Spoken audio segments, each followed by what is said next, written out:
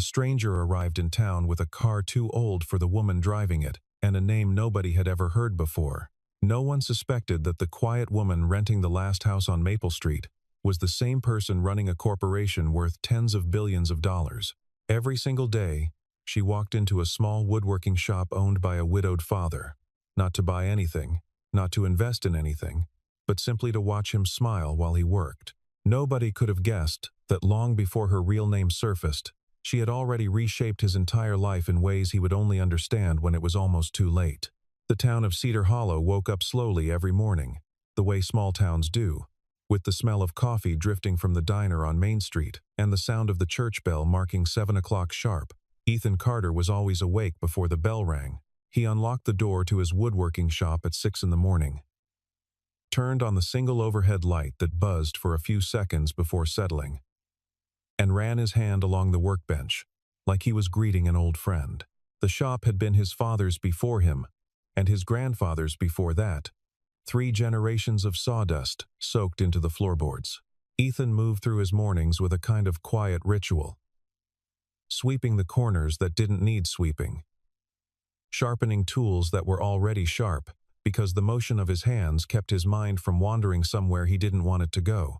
By 8, old Mr. Calloway would shuffle in with his cane, complaining about his kitchen chair wobbling again, and Ethan would fix it without charging him a single dollar, the same way he'd fixed it the 3 times before. By 10, Pastor Reynolds might stop by needing a hinge replaced on the church's side door, and Ethan would drop whatever he was doing to drive over and take care of it himself.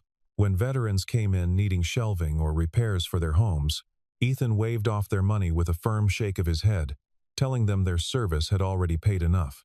The whole town loved him for it. The kind of love that shows up in casseroles left on porches and waves from across the street. But love from a town doesn't fill the silence of an empty house at night. His house sat at the end of a gravel road, modest and weathered, and inside, nothing had changed in 3 years. Her sweater still hung on the hook by the back door. Her gardening gloves still sat on the windowsill above the kitchen sink, stiff with disuse.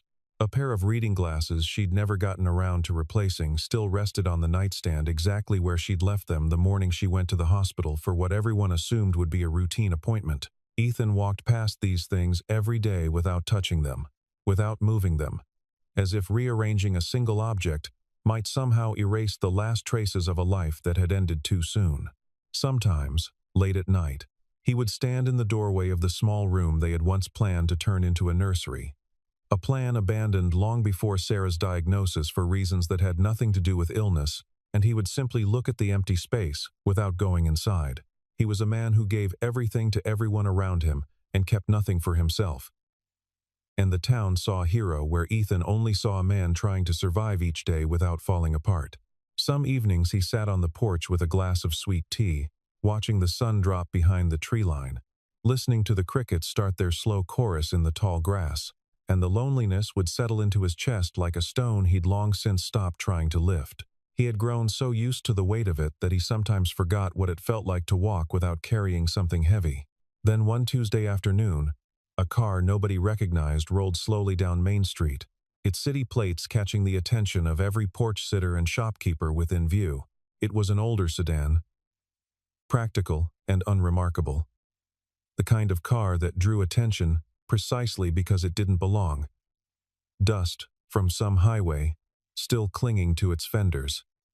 Heads turned, curtains shifted. The woman at the hardware store set down the box of nails she was carrying just to watch it pass. In a town where everyone's vehicle was as familiar as their own, a stranger's car felt like an event.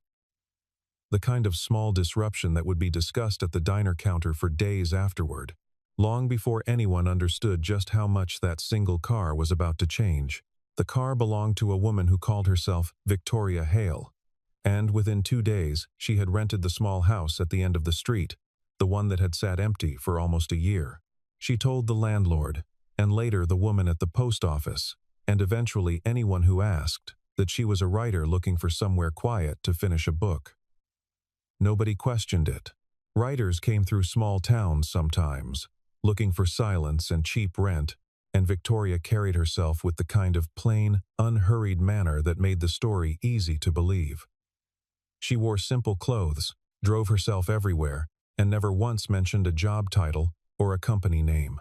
What none of them could have known was that the woman renting that small house was Victoria Blake, Chief Executive Officer of one of the largest technology and logistics conglomerates in the country, a woman whose decisions moved markets and whose face, when it did appear publicly, appeared in carefully managed photographs designed to reveal nothing personal at all.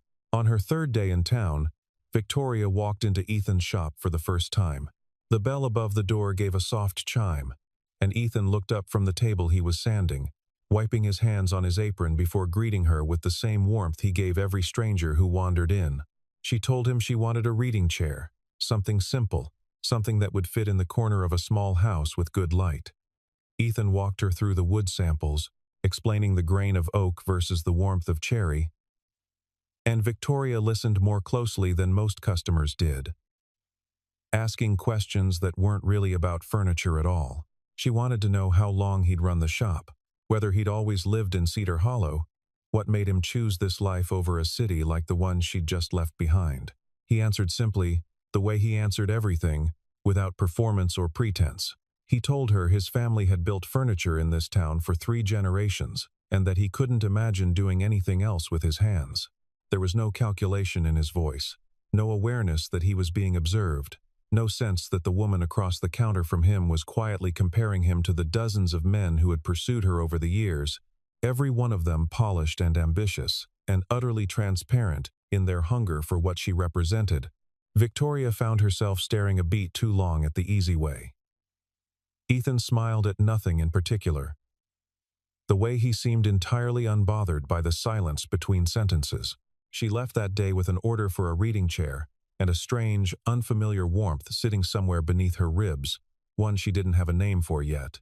That night, in the small rented house, Victoria opened a leather notebook she'd carried with her for years. Mostly empty, reserved for thoughts she didn't trust to anyone else, not her assistants, not her lawyers, not even the handful of friends who had survived her rise to the top of the company. She uncapped a pen, hesitated for a long moment with it hovering over the page, and wrote a single line about the man at the woodworking shop, about his hands, and about the unhurried way he moved through his own life, as though time owed him nothing, and he owed time nothing in return. She read the sentence back twice, then closed the notebook before she could examine why she'd written it at all, setting it on the nightstand, the way someone sets down something fragile they aren't quite ready to hold. Over the following 2 weeks, Victoria found reasons to return to the shop more often than any reading chair required. She asked Ethan to change the wood stain twice, claiming the color didn't match the light in her living room. She requested a small bookshelf to match the chair, then adjusted the dimensions after he'd already begun cutting the boards. She asked about the proper way to oil the wood so it wouldn't dry out, then asked again a week later, as though she'd forgotten the answer entirely. Ethan never once seemed annoyed by the repeated visits. If anything, he seemed to look forward to the sound of the bell above his door in the early afternoon, the hours when Victoria tended to appear. One afternoon, she asked if she could learn to do some of the finishing work herself, just to understand the process for a chapter she claimed to be writing. Ethan handed her a piece of sandpaper and showed her the motion, his hand briefly resting over hers to correct the angle, and something passed between them that neither acknowledged out loud. Over the following days, he taught her how to use the handsaw without splintering the grain, how to apply varnish in long, even strokes instead of small circles, how to tell when a piece of wood was ready to be sanded smooth. Victoria's hands, more accustomed to keyboards and pen signatures on million-dollar contracts, began collecting small calluses she found herself oddly proud of. She laughed in his shop one afternoon, a real, unguarded laugh, when a poorly clamped board sprang loose and sent a cloud of sawdust into the air between them. It was the kind of laugh she hadn't allowed herself in years. The kind that came without a calculation of who might be watching or what story the moment might generate. Ethan laughed with her, brushing sawdust from his sleeves, and for a moment, the only thing in the world was the warm afternoon light slanting through the shop windows and the sound of two people who had both forgotten, briefly, how heavy their lives usually felt. Word reached the small town slowly. In the particular way gossip moves through a place where everyone knows everyone, that the writer renting the house on Maple Street seemed to be spending an awful lot of time at Ethan Carter's shop. Mrs. Higgins from the bakery mentioned it to her sister. The sister mentioned it to the mailman. Nobody thought much of it beyond a pleasant curiosity. The kind of harmless speculation small towns thrive on, certainly nobody imagining the truth behind the woman's quiet visits. Late one evening, while Victoria sat at the small kitchen table in her rented house, reviewing emails she'd been ignoring for days, her phone rang with a number she recognized immediately. It was her chief financial officer, his voice tight, with the particular urgency reserved for board matters. The board wanted a call, he said, regarding the upcoming merger vote and certain shareholders expressing concern about her extended absence from headquarters. Victoria stared at the phone for a long moment, then told him she'd call back later in the week, and ended the conversation before he could press further. She set the phone face down on the table and sat in the silence of the small house, feeling for the first time in years that the distance between her two lives was beginning to narrow in ways she wasn't ready to confront. A few days later, something shifted between them that neither had planned.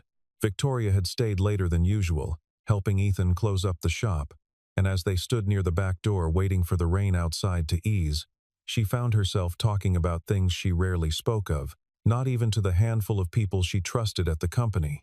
She told him, without using names or details that might give her away, that she had spent most of her adult life surrounded by people who only wanted something from her. Board members who smiled while plotting against her, suitors who proposed marriage within months of meeting her because the merger of fortunes appealed to them more than she ever could.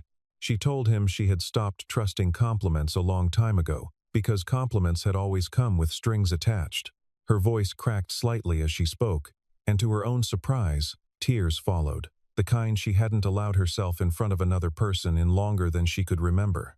Ethan didn't reach for his phone, didn't ask follow-up questions trying to identify who she meant or what world she came from. He simply listened, his presence steady and unhurried, and when she finished, he offered her a clean rag from his workbench instead of a tissue, which made her laugh through the tears in a way that loosened something tight in her chest. She did not tell him she was a chief executive officer. She did not tell him about the billions of dollars or the board meetings or the merger threatening to consume the next several months of her life. She only let him see the exhaustion underneath all of it. And that alone felt like more honesty than she'd offered anyone in years. In return, Ethan opened a door of his own that he rarely let anyone near. He told her about his wife, Sarah, about the diagnosis that had come without warning, about the 18 months that followed during which he'd watched the woman he loved most in the world disappear piece by piece while he stood by, helpless to stop any of it. He told her he'd once been offered a position at a furniture design firm in another city, a real opportunity to expand the family business into something larger, but that after Sarah passed, he couldn't imagine leaving the town where every street corner held a memory of her. He'd chosen to stay small, he said. Not because he lacked ambition, but because the life he had left was the only thing connecting him to the life he'd lost. Victoria listened to him the way he had listened to her, without trying to fix anything, without offering empty reassurances about time healing all wounds. She simply sat with him in the quiet of the closing shop. Two people who had each spent years performing strength for everyone around them, finally allowing themselves to be tired in front of someone else. When she left that night, neither of them said anything about what had passed between them, but both walked away changed, carrying something new and fragile they weren't ready to name. Meanwhile, back at corporate headquarters 200 miles away, Daniel Whitford sat in his office reviewing reports with a growing frustration that had nothing to do with quarterly earnings.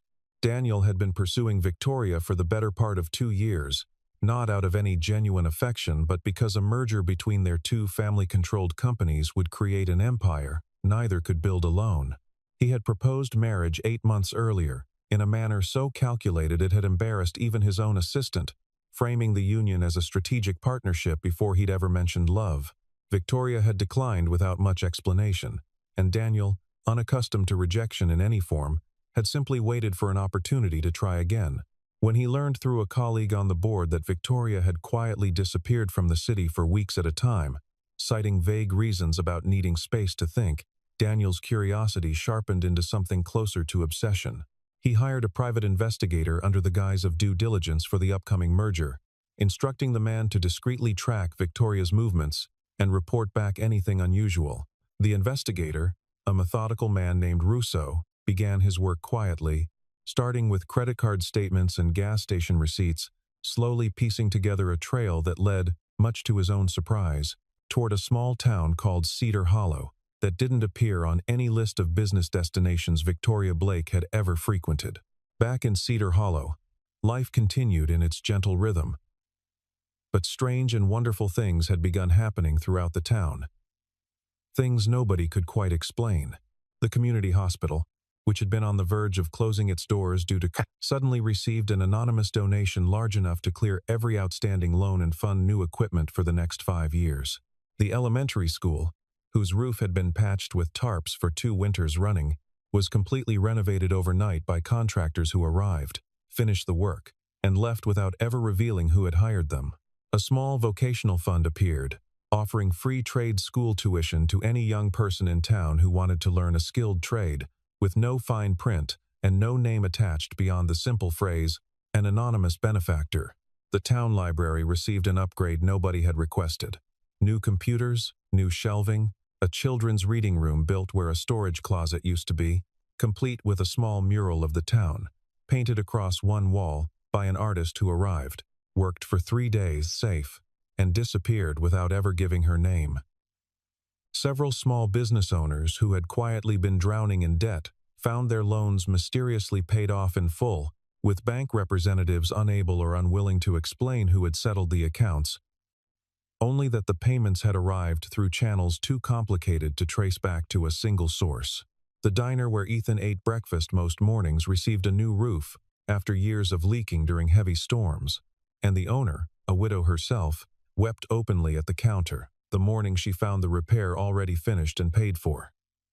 The whole town buzzed with theories, guessing at lottery winners or distant relatives of long-dead founders, but nobody guessed the truth, that every single gift had come from the quiet woman renting the house on Maple Street, moving money through layers of shell accounts and trusted intermediaries so carefully that even her own legal team couldn't trace it back to her without specific instruction. Ethan noticed the changes the way everyone else did, with a kind of grateful disbelief, remarking to Victoria one afternoon, as they walked past the freshly painted library on their way back from lunch, that it felt like the whole town had been touched by some kind of miracle, as though Cedar Hollow had quietly been chosen by some unseen hand. Victoria only smiled and said that maybe good things happen to good places sometimes, that towns like this deserved a little luck after years of being overlooked by everyone who mattered. Ethan, having no reason to suspect otherwise, simply nodded and went back to sanding the table in front of him, his thoughts already drifting to the next order waiting on his bench. He had no idea that the miracle sat across the workbench from him nearly every single day, learning to use a chisel and laughing at her own clumsy mistakes, her billions of dollars worth less to her in that moment than the splinter she'd just pulled from her thumb. It was during this stretch of quiet happiness that Russo, the investigator hired by Daniel, finally arrived in Cedar Hollow himself, posing as a traveling salesman to ask careful questions at the diner and the gas station. Within a day he had confirmed what his research had already suggested, that the woman calling herself Victoria Hale matched every physical description of Victoria Blake, right down to the small scar above her left eyebrow that no makeup ever fully concealed. He photographed her from a distance outside the woodworking shop, careful not to be seen, and sent his findings back to Daniel, along with a single text message confirming the location of Cedar Hollow. Daniel wasted no time. Within 48 hours, he had arranged a convoy that felt entirely out of place, rolling down the quiet streets of Cedar Hollow. 2 black sedans carrying his personal security team, a third car holding his legal counsel, and trailing behind them, against his explicit instructions but unable to resist the story, a small van from a regional news outlet that had picked up a tip about a corporate executive's mysterious disappearance. The convoy stopped directly in front of Ethan's woodworking shop on a bright Thursday afternoon, drawing every set of eyes on the street. Daniel stepped out first, dressed in a suit that cost more than most houses in town. His security detail flanking him like an entourage from a world Cedar Hollow had only ever seen on television. He walked straight into the shop, found Victoria standing near the workbench with sawdust still clinging to her sleeve, and announced, loud enough for half the street to hear through the open door, that the board needed Chief Executive Officer Blake back in the city immediately. The shop fell into a silence so complete that the dust motes seemed to stop moving in the afternoon light.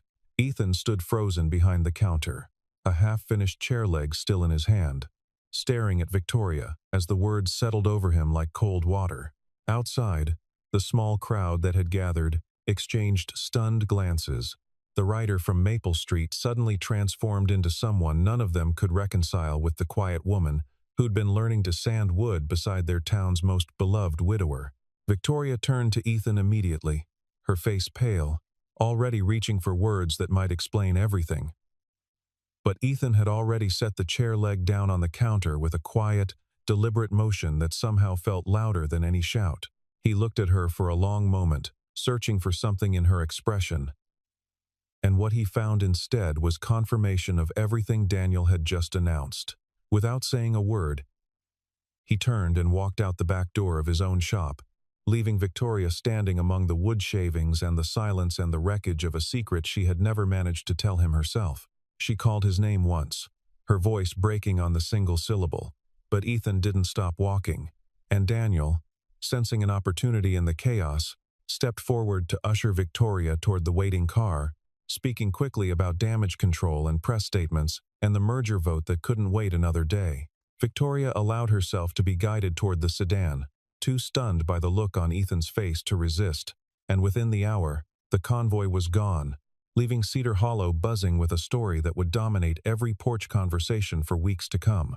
That night, alone in her hotel suite in the city, Victoria sat staring out at a skyline that had never once made her feel as peaceful as a single afternoon in that small woodworking shop.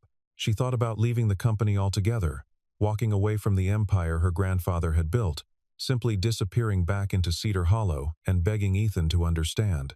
But morning brought board meetings and merger paperwork, and the particular gravity of responsibilities she couldn't simply abandon, and so days turned into a week, and the week turned into the beginning of a decision Victoria hadn't yet made peace with, whether to return to the town that had given her the only real happiness she'd known in years, or to disappear from Ethan's life entirely, and spare him whatever chaos her real world might bring, crashing down on his quiet one. Back in Cedar Hollow, the truth continued unraveling in pieces too large to ignore. A reporter who had tagged along with Daniel's convoy published a story identifying Victoria Hale as Victoria Blake. And within days, residents began connecting threads that had previously seemed like unrelated good fortune. Mrs. Higgins remembered the timing of the hospital's miraculous rescue and realized it had happened just weeks after Victoria arrived in town. The bank manager, after persistent questioning from curious neighbors, finally admitted under pressure that the anonymous payments clearing several small business loans had originated from a trust connected to Blake Industries. The school board discovered, buried in renovation paperwork, a donor name that had been redacted everywhere except a single overlooked invoice, where the letters spelled out Victoria Blake in plain, undeniable print. Piece by piece, the town reconstructed a portrait of the woman they thought they'd known as a quiet writer, and what emerged left even the most skeptical residents stunned into respectful silence. It wasn't only the hospital or the school or the small business loans. Someone eventually discovered that months earlier, before anyone in town had even met Victoria face to face, the parcel of land beneath Ethan's woodworking shop, land his family had only ever leased rather than owned, had quietly changed hands. The county records showed the property purchased by a holding company nobody recognized, just days before the original landowner had planned to sell it to a developer eager to turn Main Street into something far less personal. Without that purchase, Ethan would have lost his shop entirely within the year, evicted from the building his grandfather built with his own hands, and he would never have known the reason behind his sudden stay of fortune. The town began to understand, with a kind of dawning awe, that the woman who had silently saved their hospital and their school and their small businesses had also, before ever stepping foot in Ethan's shop, ensured he would still have a shop to walk into at all. It wasn't calculated affection or strategic kindness designed to win him over. The timeline made it clear she had protected his livelihood before she'd ever spoken a single word to him, before she'd ever learned his name or seen his face, as though some instinct had told her this man and this town deserved protecting long before she understood why. Neighbors who had known Ethan his entire life found themselves sitting on their porches in the evenings, turning the story over and over, trying to reconcile the image of a billionaire executive with the quiet, sawdust-covered woman who used to wave at them from across the street, and most concluded, after enough conversation, that perhaps the two images weren't so different after all. Ethan heard these stories secondhand, from neighbors stopping by his shop with apologetic faces, unsure whether to offer congratulations or condolences for a heartbreak that had played out in front of the entire town. He absorbed the information slowly, sitting alone in his shop each evening long after closing, running his fingers along the grain of unfinished wood while turning the truth over in his mind. He wasn't certain yet whether to feel grateful or betrayed, and the uncertainty kept him awake most nights, staring at the ceiling of a house that suddenly felt emptier than it had in years. It was during one of these long evenings that Ethan found the notebook. Victoria had left it behind in the chaos of that final afternoon, tucked beneath a stack of wood samples on a back shelf where it had gone unnoticed for days. Ethan discovered it while reorganizing the shop, a simple leather-bound book with no title, no name on the cover, nothing to suggest it belonged to anyone in particular. He almost set it aside without opening it, respecting what felt like a private object, but curiosity, and perhaps a need for answers he hadn't allowed himself to ask aloud, won out. The pages inside told a story entirely different from the one the town had pieced together through bank records and renovation invoices. There was nothing about mergers or shareholders or strategic philanthropy designed to win goodwill. Instead, Ethan found page after page of small, careful observations, written in handwriting that grew looser and more honest as the entries progressed. The earliest pages described, with almost clinical detachment, a man at a woodworking shop who seemed unlike anyone she'd encountered in her entire adult life. Someone who gave freely without calculating what he might receive in return. As the entries continued, the detachment fell away entirely. She had written about the way he hummed quietly while working, off-key and entirely unaware of it. She had written about the calluses forming on her own hands and how proud they made her feel, prouder than any business deal she'd ever closed. She had written, on a page dated only a few weeks earlier, that he was the first person in longer than she could remember who made her want to slow down, who made the idea of stillness feel like a gift instead of a wasted opportunity. Nowhere in the entire notebook did she mention his usefulness to her company, his potential as a business asset, or any strategic value at all. There was only a woman falling in love with a man for no reason, beyond the simple fact that being near him made her feel like a person again instead of a title. Ethan closed the notebook slowly, his hands trembling slightly, as the full weight of what he'd been wrong about settled over him. He had assumed, in his hurt and his shock, that everything between them had been some elaborate distraction for a bored billionaire, a temporary indulgence, before returning to a real life that had no place for a small-town widower. The notebook told a different story entirely, one of genuine, unguarded affection that had nothing to do with the empire she controlled, and everything to do with who she became when she was simply Victoria, sitting beside him in a shop full of sawdust and afternoon light. He sat with that knowledge for the rest of the night. And by morning, something in him had shifted from hurt into resolve. He couldn't undo the silence that had passed between them since that terrible Thursday afternoon, but he could refuse to let it become the final word. He packed a small bag, told Mr. Calloway to keep an eye on the shop, and drove the 200 miles to the city for the first time in longer than he could remember, carrying the notebook with him like proof of a truth he needed her to remember herself. He arrived at the headquarters of Blake Industries on the morning of an emergency board meeting that had been called specifically to address what Daniel and several shareholders were calling instability in leadership, a polite phrase for the fact that Victoria's recent disappearances had given certain board members the opening they'd been waiting for to push through a forced merger on terms heavily favorable to Daniel's family, company.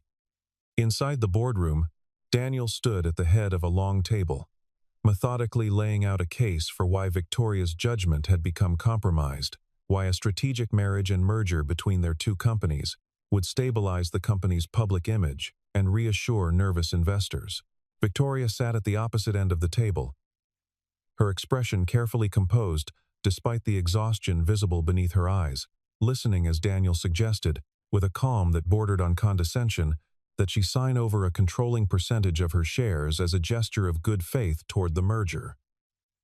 A gesture he framed as necessary given recent questions about her commitment to the company. Several board members nodded along, their loyalty to Daniel's family fortune outweighing any loyalty to a woman who had quietly run the company with integrity for nearly a decade.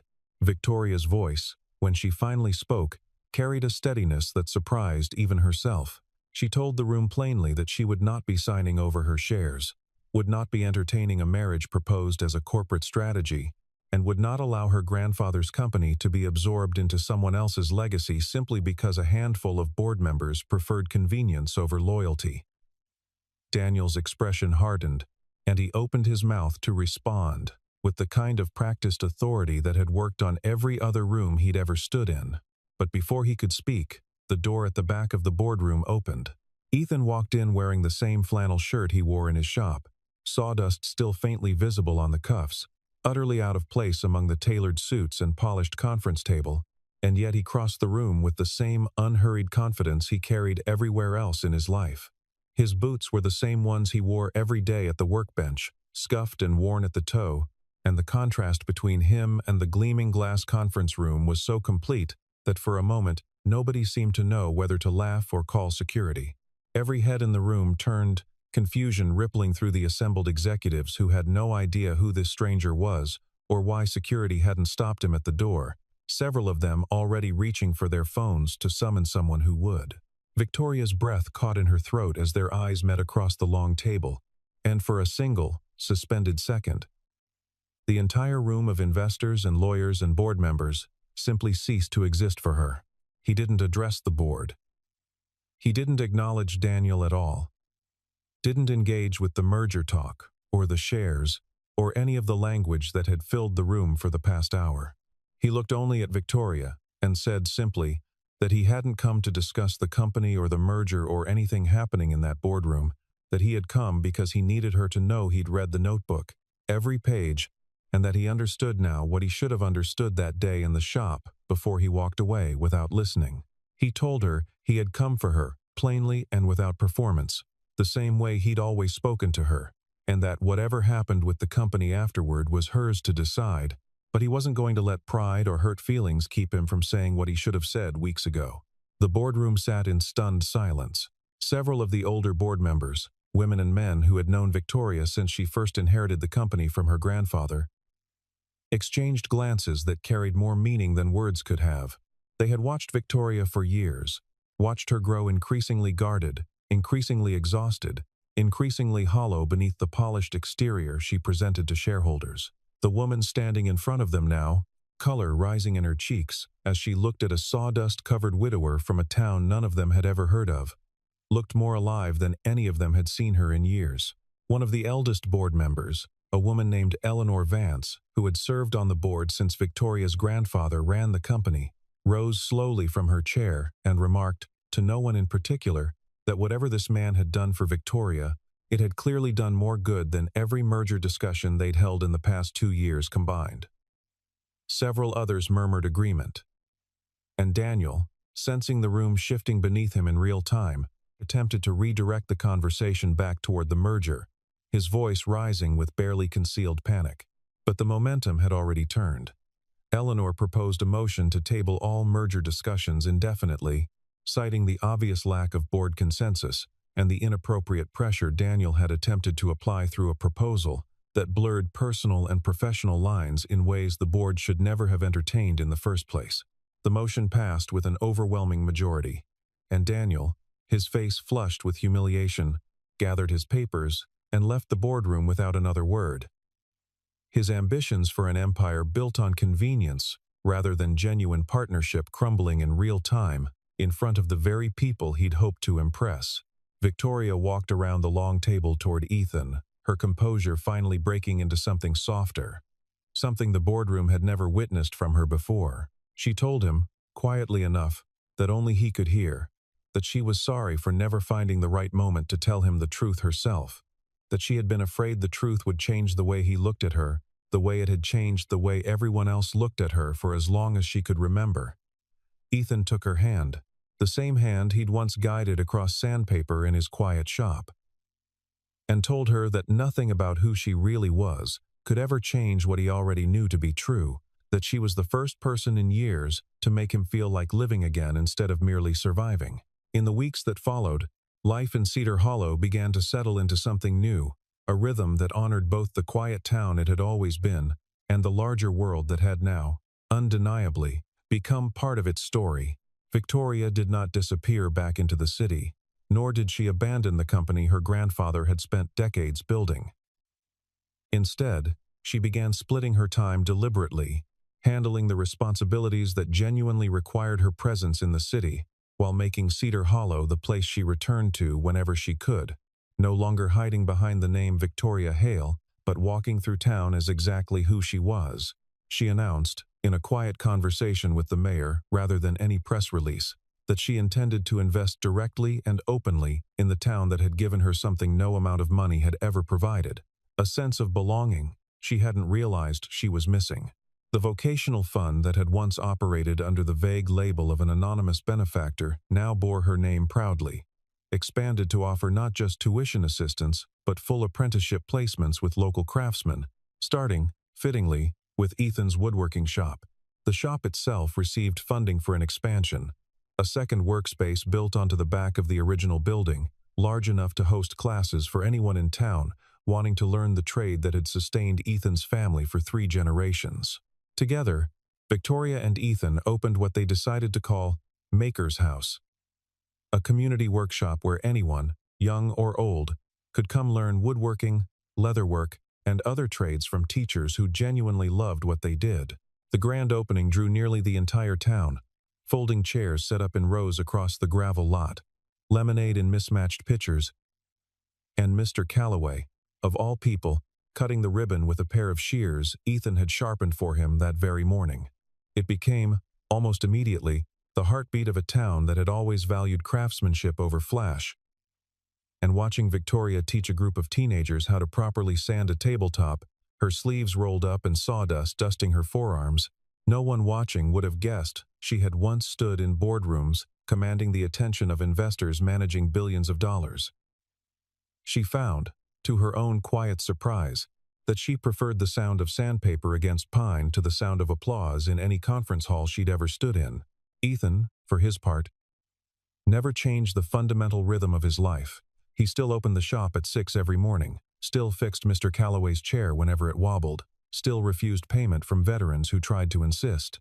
What changed was the quiet absence that used to fill the house at the end of the gravel road.